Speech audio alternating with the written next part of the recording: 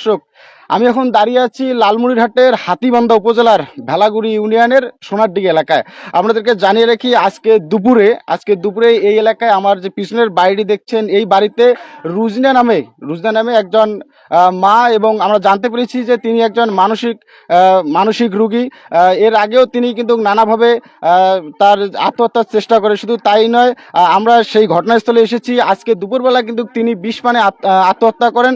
পাশাপাশি তার একটি ছোট্ট মেয়ে ছিল 4 মাস বয়সী, তাকেও কিন্তু আসলে বিষ দেয়। যার কারণে এখানকার যে স্থানীয় লোকজন আছে তারা কিন্তু এক নজর দেখার জন্য, এই মা মেয়ের লাশ এক নজর দেখার জন্য কিন্তু তার যে পরিবারের স্বজনরা রয়েছে, স্থানীয়রা রয়েছে, তারা কিন্তু এখানে ভিড় জমেছে।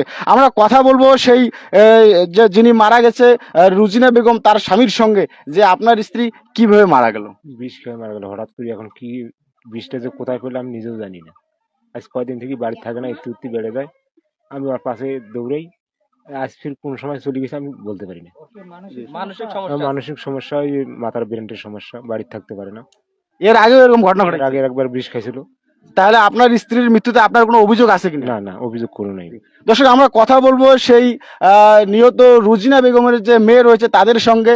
আপনার মায়ের মৃত্যুতে কোনো আপনার অভিযোগ আছে কিনা? না, আমার কোনো নাই। আচ্ছা, আপনার মা কিভাবে মারা গেল? বিষ পান করে মারা গেছে। এর আগে কেমন চলাফেরা ছিল? এর আগে এরকমই ছিল, বাসায় থাকে না, এ পাশে থেকে এই পাশে, ও পাশে থেকে এই পাশে, সারাক্ষণ খালি ঘুরে বেড়ায়। বাসায় থাকে না, টানাটানি করে আনতে হয়, তাও থাকে না, চলে যায়। কোন সময় কোন পাশে যায় আমরা খুঁজে পাই না, এইরকম করে চলে যায়। বাসায় থাকতে চায় না, ব্রেনের সমস্যা, মাথার। আগে থেকে এই সমস্যা ছিল? আগে ছিল, এখন আবার চাপ দিছে, কিছুদিন আগে ছিল না। দর্শক, আমরা কিন্তু তার যে ছোট মেয়ে রয়েছে তার সঙ্গে কথা বললাম। এখন আমরা কথা বলবো তার বড় মেয়ে এখানে রয়েছে, তার সঙ্গে কথা বলবো যে আসলে আজকের এই ঘটনার বিষয়ে, আজকে কি ঘটনা ঘটেছিল একটু বলেন তো। এমনিতে তো বাড়িতে থাকে না, সব সময় এই পাশ ওপাশ ঘোরে। আমার বাবা কাজ করে না, কাজ করে এবার মাঝে মাঝে তা আনতে হয় এখান থেকে ওখান থেকে। আজকে সকালে বাড়ির বাইরে যায় নাই, এবার নদীত গেছে, কিন্তু কেউ দেখেও নাই, জানেও না। পরে জানা গেল যে নদীর পারে, পরে আনতে যেয়ে দেখে বিষ পান করছে। এখন বিষ কই পাইলো, কোথা থেকে আনলো সেটা তো জানে না। খাওয়ার পর ওইখান থেকে নিয়ে আসছে এটাই। জি, আমরা যতটুকু তথ্য পেয়েছি যে আপনার মা একজন মানসিক ভারসাম্যহীন রোগী। আসলে বিষয়টি কতটুকু সত্য? এর আগে একবার ওইরকম হয়েছিল, অনেকদিন চিকিৎসা করার পর আবার বিষ পান করছিল। মাঝখানে অনেকদিন অসুস্থ ছিল, ভালো হয়েছে, আবার এই যে বছর দেড়েক থেকে আবার এরকম সমস্যা। দর্শক, আমরা কিন্তু কথা বললাম সেই পরিবারের সঙ্গে। এখানে রয়েছে যিনি মারা গেছেন রুজিনা বেগম, তার আপন ভাই রয়েছে। আমরা তার কাছ থেকে জানতে চাইবো যে তার বোনের মৃত্যু নিয়ে তার কোনো অভিযোগ রয়েছে কিনা। না, আমার কোনো অভিযোগ নাই। আমার বোন তো দীর্ঘ দীর্ঘ 7-8 বছর আগেও এরকম একটা সমস্যা দেখা দিয়েছিল। এখন এর মধ্যে বাচ্চা প্রসব হওয়ার পরে আবার তার এইরকম সমস্যাটা দেখা দেওয়াতে এখন মনে করেন যে বিষ খেয়ে আজকে মারা গেল। তার বাচ্চাটাকেও বিষ খাওয়াইছে। যে এর আগেও এরকম ঘটনা ঘটেছে? হ্যাঁ, এর আগেও একবার ঘটাইছিল। তাহলে আপনার এই পরিবারের প্রতি কোনো অভিযোগ নেই? না, পরিবারের প্রতি অভিযোগ নেই।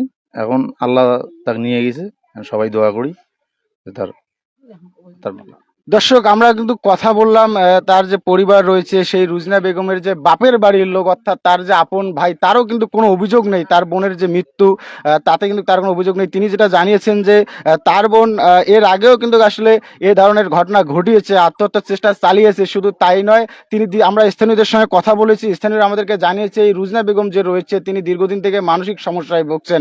এর আগেও তিনি এ ধরনের ঘটনা ঘটিয়েছেন। আজকে কিন্তু দুপুরবেলা তিনি পরিবারের যে লোকজন রয়েছে তাদের চোখ ফাঁকি দিয়ে, সবার চোখ ফাঁকি দিয়ে, সবার অগোচরে কোথা থেকে বিষ নিয়ে এসে কিন্তু তিনি পান করেছেন। শুধু তাই নয়, তার একটি ছোট্ট মেয়ে ছিল 4 মাস বয়সের, তাকেও কিন্তু তিনি বিষ পান করে হত্যা করেছেন। দর্শক, আমরা স্থানীয় লোকজনের সঙ্গে কথা বলবো যে আসলে এই রুজিনা বেগম যিনি মারা গেছে তার কোনো সমস্যা ছিল কিনা, বা তিনি ব্যক্তি হিসেবে কেমন ছিলেন। তার মানসিক সমস্যা ছিল, আমরাও জানতে পারি। এই এই ব্যাপারে মনে করেন যে সে বিষ যে কোথায় পাইলো, কি সমাচার, এর স্বজনরাও বলতে পারতেছে না। এই বিষয় নিয়ে মানসিক সমস্যার কারণেই উনি আত্মহত্যা করে। এর আগেও কি এরকম কোনো ঘটনা ঘটানোর চেষ্টা করছে কি করেনি? হ্যাঁ, এর আগেও এরকম, এর আগেও এই যে বাচ্চা পানিতে ফেলে দেয়, এটা করে ওটা করে, এদিক চলে যায় ওইদিক চলে যায়, এরকম অবস্থায় বিভিন্ন জায়গা থেকে তাকে ধরিয়ে আনা হয়। দর্শক মানসিক সমস্যা। দর্শক আমরা কিন্তু কথা বললাম সেই পরিবার সহ স্থানীয় লোকজন যে রয়েছে তাদের সঙ্গে। তারা যেটি জানিয়েছে, এই রুজনা বেগম যে রয়েছে তিনি এর আগেও এই তার আত্মহত্যার চেষ্টা চালায় এবং তার যে ছোট্ট মেয়েটি ছিল তাকেও কিন্তু হত্যার চেষ্টা করে। শুধু তাই নয়, আমরা এখানে দর্শক আপনাদেরকে আবারও জানিয়ে রাখি দর্শক, লালমনিরহাটের হাতীবান্ধা উপজেলার ভেলাগুড়ি ইউনিয়নের সোনারডিঘি এলাকার যে আকবর আলী রয়েছে, সেই আকবর আলীর বাড়িতে কিন্তু এই ঘটনাটি ঘটে। আকবর আলীর যে স্ত্রী রয়েছে রুজনা বেগম, তিনি আজকে দুপুরবেলা কিন্তু বিষ পানে আত্মহত্যা করেন। পাশাপাশি তার একটি ছোট্ট মেয়ে ছিল, তাকেও কিন্তু তিনি বিষ দিয়ে হত্যা করেন।